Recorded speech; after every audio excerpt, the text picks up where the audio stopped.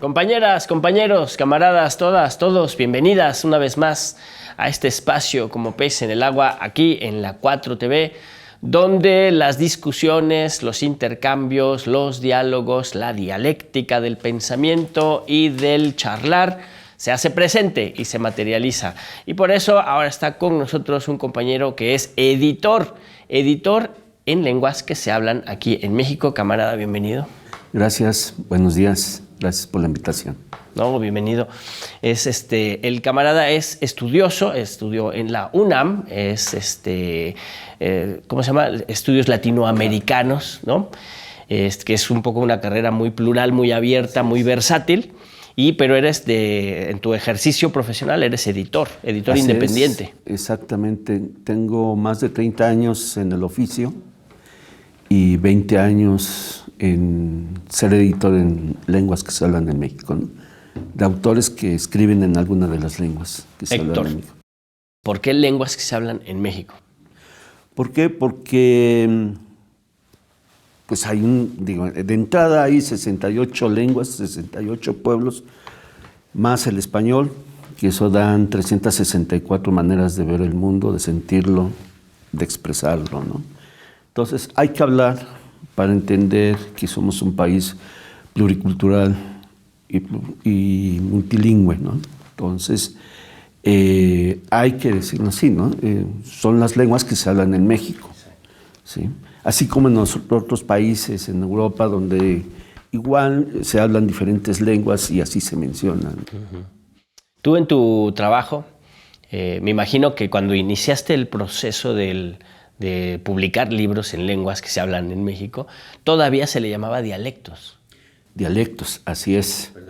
Sí, se tenía la idea de que las lenguas que se hablan no eran lenguas, ¿no? No tenían una estructura, entonces se les llamaba dialectos, ¿no? ¿No se escribían? Sí, y algunas no se escribían y todavía hay algunas lenguas que no se terminan de concretar la escritura, ¿no?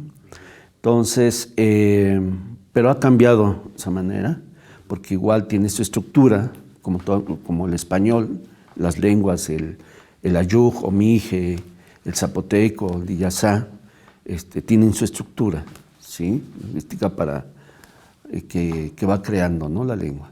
Y esa forma era una forma de discriminación, al final, así, ¿no? También. O sea, lo que menos importaba era lo científico, lo técnico o lo filológico, ¿no? Lo realmente existente era la discriminación. Sí, los pueblos indios, los dialectos, todo eso, ¿no? Ahora ha ido cambiando. Sí. Ahora nos damos cuenta que todas estas culturas que componen este gran país multicultural, pues tienen su literatura, su escritura, su ciencia, ¿no? Su medicina. Su medicina, sí. Su manera de resolver los problemas que hay en cada una de las comunidades. Y la literatura que tú publicas, ¿la publicas en la lengua original y en español? Así es. Sí, se publica en la lengua original y en español. Editorialmente lo que le damos mayor peso es a la lengua originaria y después al español. Y tiene que ser así, ¿no? Porque la realidad es que va dirigido al público que habla español y la idea es que se conozca cada una de las lenguas, ¿no? Uno quisiera publicar todas las 68 más las variantes que hay, pero también es un trabajo de largo aliento y con mucho trabajo, ¿no? Entonces, sí, la prioridad es la lengua, ¿sí? Que el público conozca y otros públicos que hablan otras lenguas también conozcan los sonidos de las otras lenguas, ¿no? Que conozcan la manera en cómo se escriben, cómo se escucha, cómo se habla, ¿no? ¿Es una forma de mantener la lengua? ¿Es una forma de salvar la lengua? Sí, es una forma. Porque muchas están desapareciendo. Muchas están desapareciendo, algunas hay, por ejemplo, en el norte del país, que hay 2 hablantes, 3, ¿no? Sí, todos los días están desapareciendo. Y bueno, pues también es natural, los tiempos cambian. Ahora las nuevas generaciones, hay otro interés. ¿Sí? Afortunadamente también hay otra generación de jóvenes que están tratando de recuperar su lengua, que se reconocen de pueblos originarios, que reconocen su lengua, ¿sí? Y por ejemplo tomaron el rap, ¿sí? Un género no creado en México, sino en Estados Unidos, lo retoman también por una cuestión política y también porque pues, el rap nace de los barrios negros, ¿sí? Con toda su problemática, y aquí los chavos lo tomaron así y ha sido un instrumento para mantener viva su lengua, sí, y de dar a conocer al público en general sus temáticas, sus problemas y la lengua misma, ¿no? Exacto. Sí, eso es bien, bien importante. ¿Tú con qué lenguas es con las que has logrado publicar ya libros? Bueno, en todo este trayecto pues hemos publicado principalmente algunas lenguas de Chiapas, el tzotzil, el celtal, el chol, ¿sí? Y bueno, también la maya, la lengua maya. Del lado de Oaxaca, pues el zapoteco, el mije, el mixteco y el mazateco, ¿sí? ¿Ya has publicado en todas esas lenguas? Sí, hemos publicado en todas esas lenguas. ¿Y es poesía? Principalmente es poesía. Empezamos con la poesía, porque eso se dio, ¿no? Hace años se hizo en Plural Ediciones, que fue el primer proyecto donde estuve, una colección de poesía de mujeres que escriben en algunas de las lenguas, tanto de Chiapas como de Oaxaca, que se llamaba Voces Nuevas de Raíz Antigua, ¿sí? Que fue la idea fue el inicio, creo, a nivel editorial, porque fuimos los primeros en publicar a los escritores, como esto fue en el 2014, como editorial independiente, porque los libros que se publicaban los hacían las instituciones, ¿no? Entonces nosotros empezamos a publicar y esa colección traía un CD donde podías escuchar la voz de la poeta, tanto en su lengua como en español, ¿no? No se había hecho, había registros que se quedaban en las instituciones, claro, ¿no? Claro. Entonces había que ir a tocar puertas y pedir permiso para escuchar. Hay un cierto interés antropológico, etnográfico de ir a buscar, no cualquiera. Así es. Y aquí pues, lo abrimos, porque también fue una crítica. Revisando los materiales que se hacían antes, pues no había un cuidado editorial de las instituciones. Mal impresos, mal editados, mal papel. Y bueno, partamos de un principio. Estos escritores son escritores mexicanos, sí, que escriben en una lengua que se habla en México, claro. Sí, pero que lo seguimos relegando, ¿no? Sí. Están los escritores mexicanos y los escritores indígenas. Exacto. ¿No? Entonces ahí nosotros quisimos romper esa barrera, ¿no? Son escritores mexicanos, escritoras mexicanas que escriben en alguna de las lenguas, ¿no? Y hasta el momento pues hemos hecho el trabajo, ¿no? De picar piedra, porque igual se mencionan antologías de poetas, hombres, mujeres de México, y rara vez ves alguna escritora, sí, o escritor antologado, ¿no?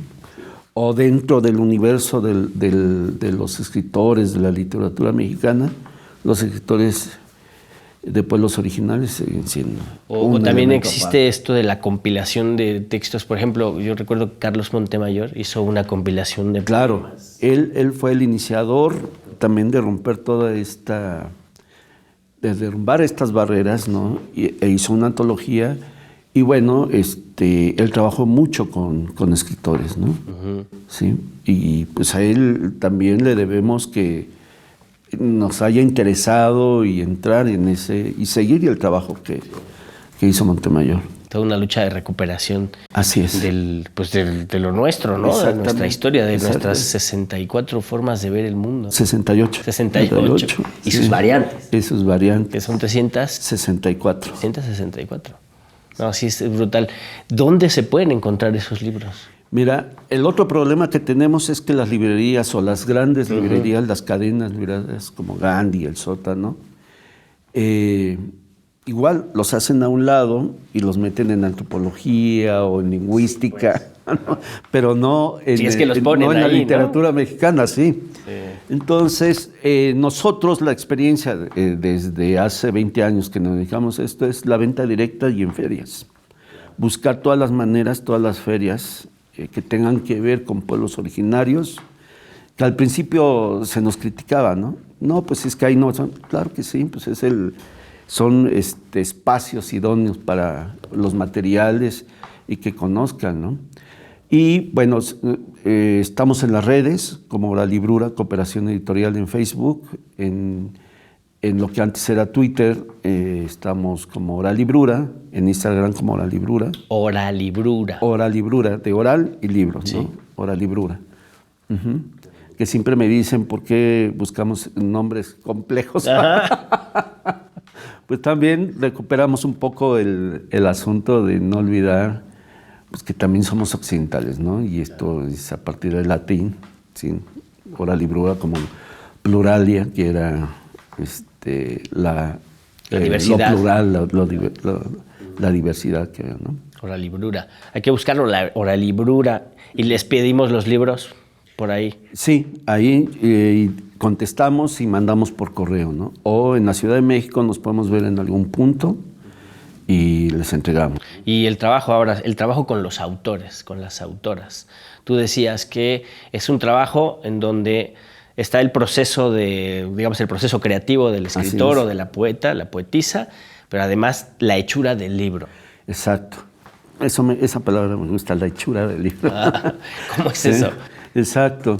Pues es un trabajo, es un diálogo que hemos tratado de que sea horizontal, es decir, que participe el editor, que participe el ilustrador, que es que nuestros libros llevan imágenes, o fotógrafo, ¿sí? Que participe el diseñador y principalmente el autor o la autora, ¿no? Que haya un diálogo, ¿sí? Y entre todos creamos el formato, el diseño del libro, y principalmente porque nuestra idea es enseñarle a estos escritores la manera de hacer los libros, porque también creemos que los libros deben salir desde el origen, ¿no? Desde los pueblos originarios, y la manera de hacerlo pues, es que el autor sepa cómo se hacen los libros, cuáles son los procesos, qué es lo que implica hacer un libro, ¿sí? Y después hacer un acompañamiento para ir a las comunidades y también enseñarle a la comunidad cómo hacer sus libros para recuperar sus raíces, su lengua, sus tradiciones, la oralidad, ¿sí? Todas sus historias, ¿no? ¿Y hay casos en los que no tengas un apoyo escrito y hagas un producto audiovisual? ¿O más bien te concentras en el libro?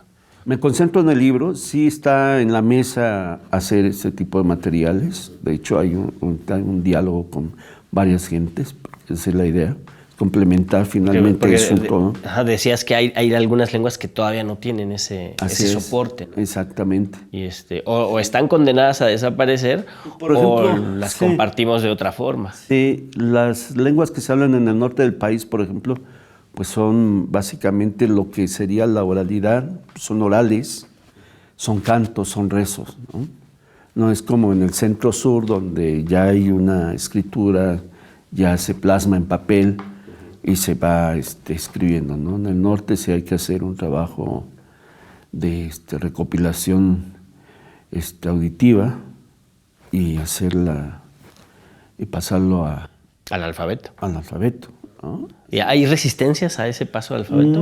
No. Más bien es un trabajo que no se ha hecho. Sí, no se ha hecho, y además porque esa es su tradición, ¿no? Sí. Siempre ha sido así. Sí, claro. Sí. Chiapas, Oaxaca, Puebla, toda la zona sur pues, han tenido esa, se han abierto, pues, se abrieron desde el principio y por eso hubo escritura, ¿no?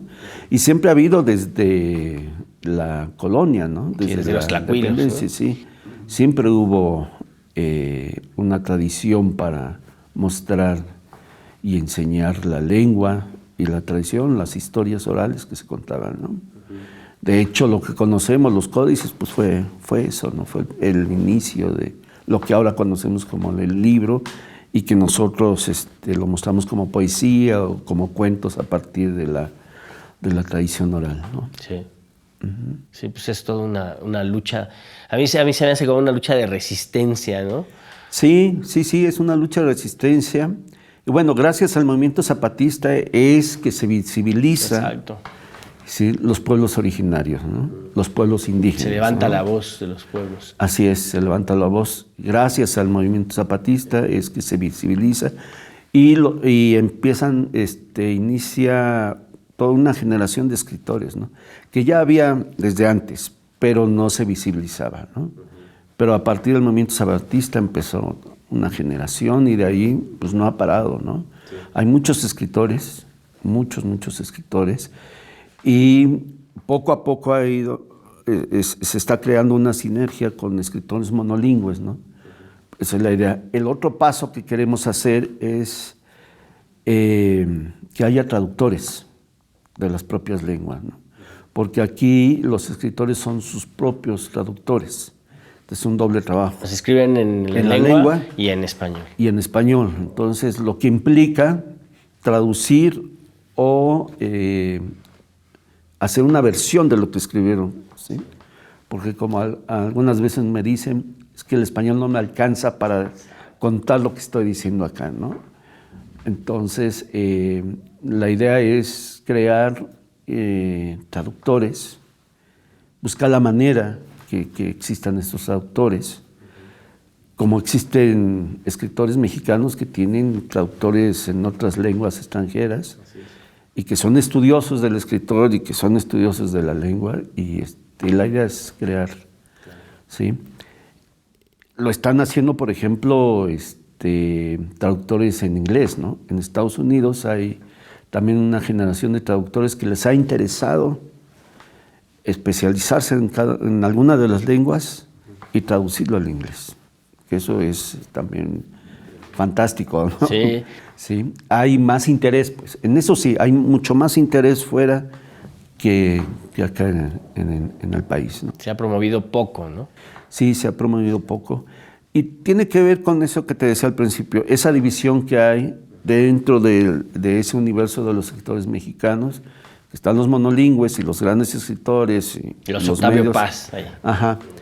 Y los escritores indígenas que están ahí, que no... Como pieza de museo. Exacto.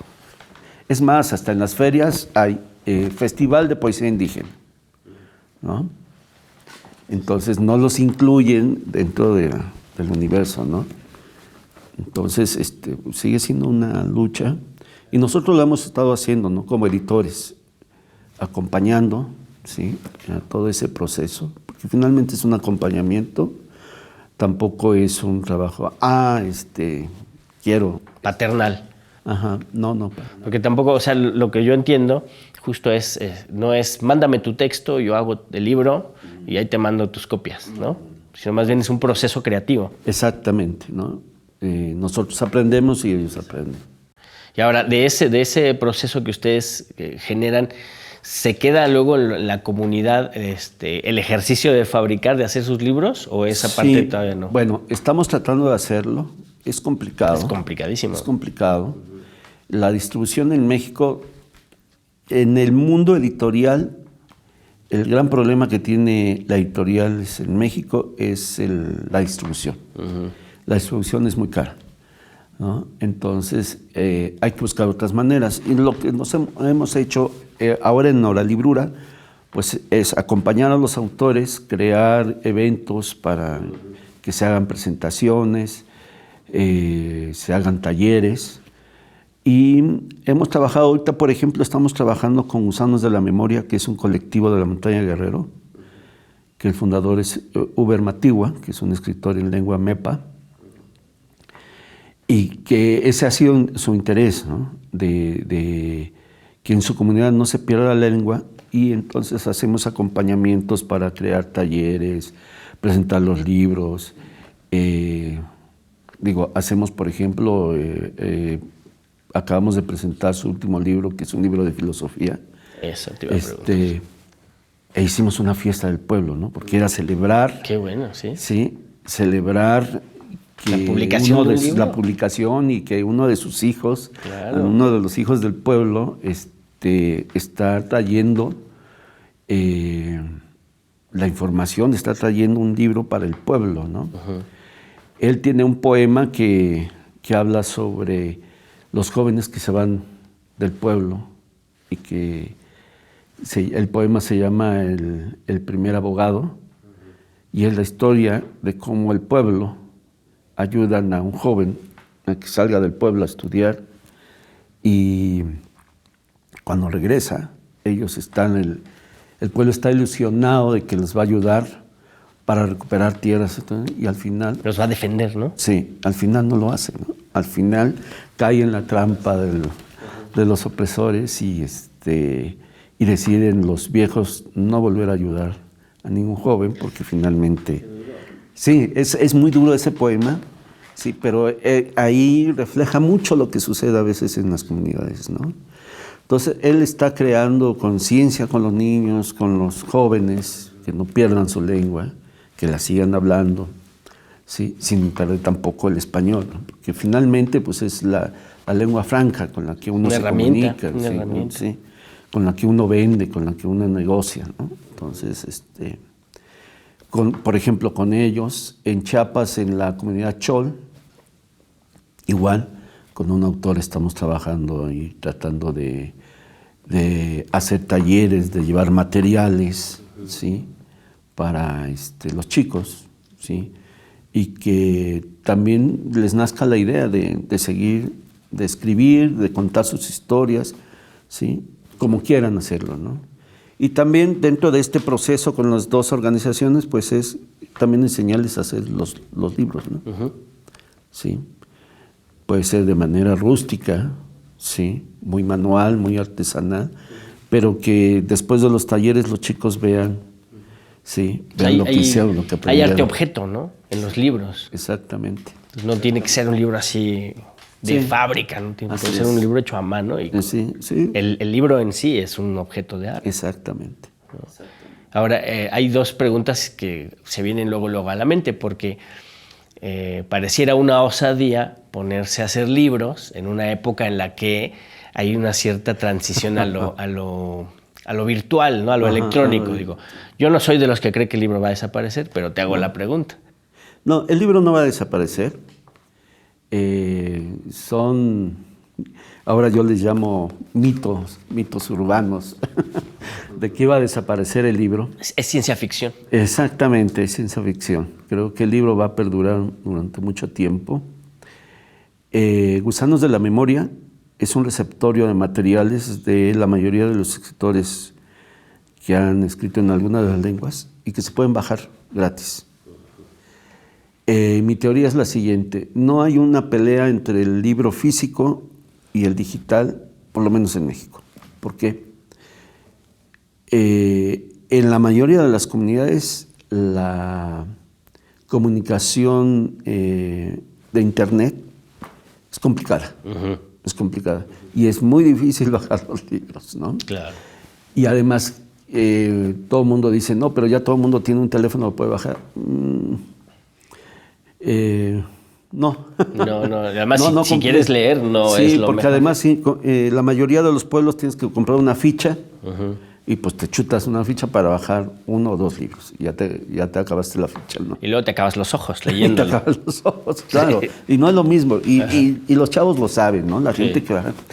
Y me ha sucedido que de pronto me llaman, oye, tienes tal libro, lo bajé de Gusanos de la Memoria, pero lo quiero físico. Uh-huh. Va, pues, sí, o te lo puedo conseguir. Va. O sea, sí hay, por lo menos en estos materiales que se escriben en algunas de las lenguas, no hay pues no está reñido, ¿no? Es un soporte. Y bueno, también hay editoriales, si hablamos de otras editoriales que se dedican a editar libros en español, hay editoriales que compras el libro y te dan el QR para que puedas bajarlo digitalmente, ¿no? Sí. O sea, no creo que pierdan. Que ¿no? se riñan. Que se riñan. Ahora la otra pregunta es, además de ser literatura, poesía, hay filosofía, ¿qué más? Hay novela, empezamos y como la mayoría de los escritores escriben poesía, pues nos hemos dedicado a la poesía, sí, ¿no? Es lo primero. Sí. Recientemente acabamos de publicar un libro de una escritora tzotzil, su primera novela. Ella es una poeta, Ruperta Bautista. Es una poeta tzotzil y escribió su primera novela, en donde el personaje principal es una mujer que defiende el trono de un rey asesinado y que tiene que defender a su pueblo, ¿no? Entonces es una novela, digamos, histórica, ficticia, pero poniendo a una mujer como personaje principal, ¿sí? Y también empezamos a publicar libros quiero enseñar el de Ruperta, es este libro, es Balan Ek, ¿sí? De Ruperta Bautista, que está escrito en tzotzil y en español, ¿sí? Esa es la novela. Esta es la primera novela de Ruperta, ¿sí? Esta otra novedad que es un libro de poesía en haiku, escrito en zapoteco y en español, que eso nos llamó mucho la atención, porque de pronto creemos que en las lenguas no se puede jugar como en el español y en otras lenguas, ¿no? Ajá. Y cuando me llegó este libro de haikus, bueno, esto es una maravilla, ¿no? Y porque nos asesoramos con hablantes y al explicarnos, al traducirnos, bueno, está bien hecho, ¿no? Respetó los cánones del haiku, ¿no? Y este se llama Tapombo, que es de Nelson Guerra, que está en la lengua de Yasá o zapoteco. Fruto del pochote. El fruto del pochote. ¿Sí? Y tenemos este libro de Uber Matigua, que es un poeta también y filósofo, que es el Cómo del filosofar de la gente piel. Yo quiero ese libro. Sí. Este libro habla sobre el origen de su pueblo, que es el pueblo Mepa, ¿no? ¿Quiénes son el pueblo Mepa o tlapanecos, como se le conoce? ¿Sí? Y que en la traducción sería quiénes son la gente piel, ¿no? Y a partir del rastreo que hace, es un libro que le llevó 10 años de trabajar y empezó rastreando hacia dónde se fueron los Mepa y llegó hasta Nicaragua, ¿no? En Nicaragua conoció su lengua, que se hablaba ahí, pero que se había perdido. Y se quedó un año para trabajar con los... Para enseñarles la lengua. Para enseñarles. A los Mepa de allá. A los Mepa de allá. A los Sotiaba. Sotiaba se llaman. Ajá, allá, sí. Entonces se encontró en algunos países de Centroamérica hasta Nicaragua que había vestigios del pueblo Mepa, ¿no? Entonces es un libro interesante, sí, porque además, como filósofo, pero a partir de las historias que escuchó de niño, que le contaba a su abuela, y de las historias que cuentan los viejos, va creando todo ese universo, sí, filosófico de su pueblo. Qué cosa, no manches. Que lo tienen todos los pueblos, ¿no? Sí, que sí, tienen todos sí. los pueblos, ¿no? El filosofar es de humanos. Sí. Pero pues, luego sí, se lo quieren quedar solo algunos, ¿no? Sí, exactamente, ¿no? Y cómo eso es resolver los problemas en los pueblos originarios, pues es la manera en cómo filosofar, ¿no? En cómo ver la naturaleza, los problemas, la enfermedad, todo eso, todo implica un filosofar, ¿no? Claro. Sí, es una reflexión compleja. Y los pueblos originarios tienen mucho que aportar, sí, pero hay que escuchar. Hay que escuchar, hay que aprender a escuchar. Es un vehículo para el escucha. Sí, yo personalmente he aprendido mucho trabajando con ellos, ir a las comunidades, escuchar.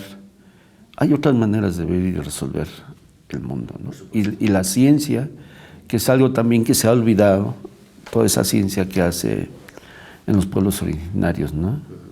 El saber cuándo va a llover o no va a llover, sí, pues es todo un... ¿O cuánto va a llover? O cuánto va a llover, también es todo un aprendizaje de generaciones, ¿sí? O cuando la tierra ya está para sembrarse, el clima, todo, ¿no? Con las propias enfermedades, cómo sanarlas, ¿no? Digo, hay enfermedades que es imposible, pero los resfriados, las infecciones estomacales, sí, esas lo resuelven, pues. No hay toda una ciencia para resolver. Sí. Y ahora con todo este discurso de las epistemologías del sur, ¿no? Sí. Que viene muy de Occidente, pero que justamente hay que escuchar estas publicaciones que ustedes están haciendo. Sí, Esa es la materia prima del pensar del sur, ¿no? El pensar profundo. Exactamente. Y esa es la fortuna que tienen ahora los libros de texto gratuito, ¿no? Sí. Sí, que es eso,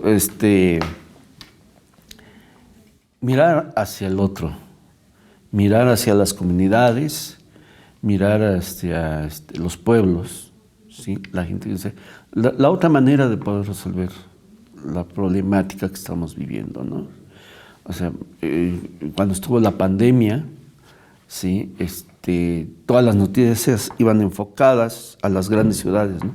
Pero nunca supimos qué sucedía en las comunidades. Nosotros en la pandemia hicimos un programa por internet que se llamaba Otras Emergencias, Palabra y Vida de los Pueblos, y era eso, saber, contactábamos a los escritores que estaban en sus comunidades, saber qué estaba pasando, cómo estaban resolviendo el problema del COVID, ¿no? Y fue interesante, ¿no? Sí. ¿Qué encontraron? Bueno, de entrada la manera en cómo estaban resolviendo, cómo sanar o cómo paliar los síntomas. Sí, los síntomas, ¿no? Principalmente, ¿no? Y las nuevas historias que se crearon a partir, que finalmente como los pueblos, mira, los pueblos siempre son contemporáneos, ¿no? Digo, después de más de 500 años siguen hablando su lengua, siguen conservando sus tradiciones, ¿sí? Y se siguen actualizando. Claro. Entonces, ahora nuestro siguiente trabajo es recuperar esas nuevas oralidades y principalmente las oralidades que se crearon a partir de la pandemia, ¿no? Se crearon muchas historias, ¿no? A partir de lo que ya existía, ¿por qué estas enfermedades? ¿Sí? ¿Cómo se tenía que enfrentar? Y bueno, pues hay muchas historias así, bastante interesantes. Entrañables. Sí, entrañables de cómo, ¿no? ¿Y eso lo van a publicar? Sí, la idea ¿Van a hacer libro? Sí, el próximo año. La idea es sacar una especie. Pues hay que estar. Ahorita nos vas a dejar tu correo para que se ponga en la pantalla y toda la gente se contacte con ustedes para que conozcan esta literatura, Héctor. ¿Algún mensaje, algún consejo que nos quieras compartir para despedirnos? ¿Algunas palabras con las que te quieras? Lo que puedo decir es, acerquémonos a los pueblos originarios, a sus fiestas, a sus tradiciones, escuchémoslo, acerquémonos a su literatura. Sí, la literatura que se hace en los pueblos originarios, la literatura que se hace en cualquiera de las lenguas que se habla en México, tiene la misma calidad que los que escriben en español o que se escriben en otras lenguas y se traducen al español. Tiene la misma calidad, ¿sí? Los poetas, hay poetas enormes, ¿sí? Y hay que acercarnos, ¿sí? Esa es otra manera de conocer a México. Exacto. Esa es otra manera para verlo de otra manera, de sentirlo de otra manera. Y bueno, pues son nuestras raíces, que no se nos olvide que somos un país multicultural, multilingüe, y que eso nos hace. Todos, y termino con esto, no hay que olvidar que la Ciudad de México es una ciudad de migrantes, todos somos migrantes. Y desde la época prehispánica llegaron los aztecas y aquí crearon el Imperio Mexica. Venían de otro lado, ¿no? Y aquí fue. Llegaba la conquista, bueno, todo se hizo a partir de acá, ¿no? Entonces, y esta ciudad está compuesta de migrantes. Todos tenemos una raíz en otro lado, si le buscamos, ¿no? A mí me preguntan, ¿tú de dónde eres? Yo soy chilango, soy de la Ciudad de México, con mis raíces mazatecas, náhuatl y mixtecos, ¿no? Esas son mis raíces, ¿sí? Entonces, no nos olvidemos, echémosle una mirada a lo que están haciendo los pueblos originarios, nos vamos a sorprender. Sí, pues hay que conseguir los libros. Ahí están los textiles también, que es otra manera de expresar. Comunicación. De comunicación, ¿no? Es Sí. otro lenguaje. Es otro lenguaje, claro. Y es que también lo importante es que cada lengua es una cultura diferente. Exactamente. Es una forma distinta de entender el mundo. Y cuando somos monolingües, pues estamos muy aislados, ¿no? Así es. Normalmente la gente más intolerante es monolingüe. Exactamente, así es.